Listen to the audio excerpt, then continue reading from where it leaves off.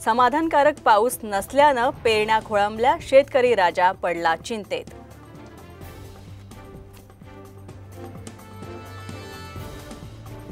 पिण्याच्या पाण्यासाठी वयोवृद्ध महिलांची धावपळ, नंदुरबार नगरपालिकेकडून दूषित पाण्याचा पुरवठा होत असल्यानं महिला आक्रमक।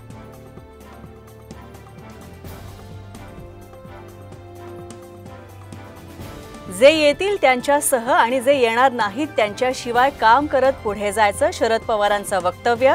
बारामती दौऱ्याला निंबूत गावापासून केली सुरुवात।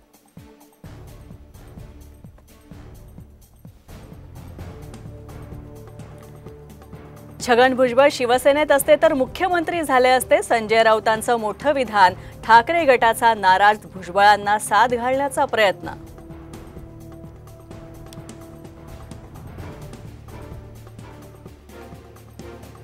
वाघाने वाघासारखं वागावं, भगवं आहे रक्त हे गर्वानं सांगावं। शिवसेनेच्या वर्धापन दिनानिमित्त पुण्यात बॅनरबाजी, बॅनरवर शिंदेंचा फोटो।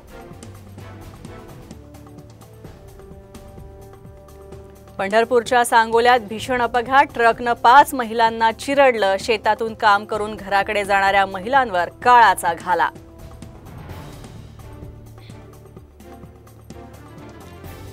पिंपरी चिंचवडच्या दत्तनगर परिसरातील नागरिकांचा झोपडपट्टी सर्वेक्षणाला विरोध, गुंडांच्या मदतीनं सर्वेक्षण होतंय, नागरिकांचा आरोप।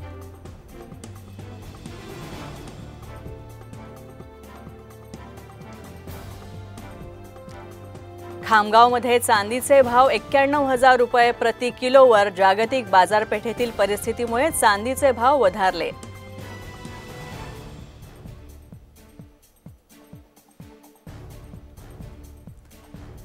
कोल्हापुरात शक्तीपीठ महामार्गाविरोधात मोर्चा, माणगावात शक्तीपीठ अधिसूचनेची शेतकऱ्यांनी केली होळी।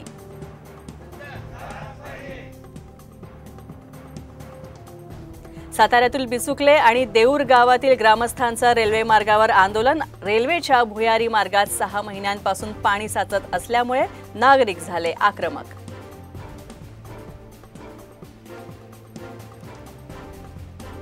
नगर परिषदेची पावसाळी कामं, बार्शीकरांच्या जीवाशी, अर्धवट कामांमुळे तरुण पडला खड्ड्यामध्ये, रस्त्यावरील खड्ड्याचा अंदाज न आल्यानं अपघात।